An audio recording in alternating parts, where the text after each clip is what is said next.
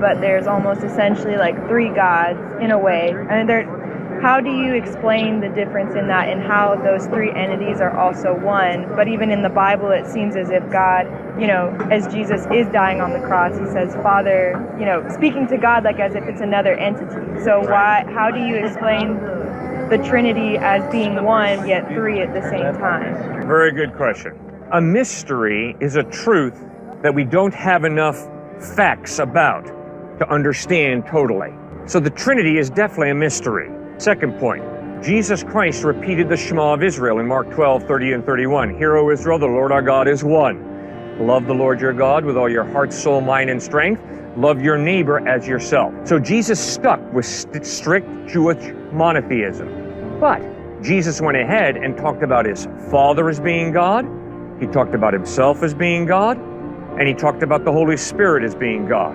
Third point, you're right. When he's dying on the cross, he prays, Father, forgive them, for they know not what they do.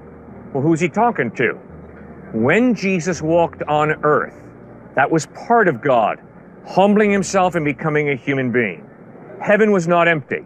So Jesus was not just talking to himself. Jesus was part of God, God the Son, humbling himself, becoming a human being, revealing himself in a way that you and I, with our limited, finite minds, could understand. So you brought up a very difficult question. It's a mystery, it's a truth, but it's not totally explainable. We don't have enough facts. And so therefore we have to learn to live with mystery.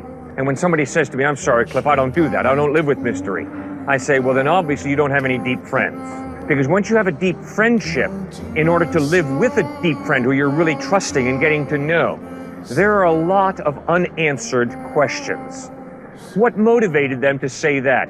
What motivated them to do that? Why did they spend their money in exactly that way? And we don't have all the answers to all those questions.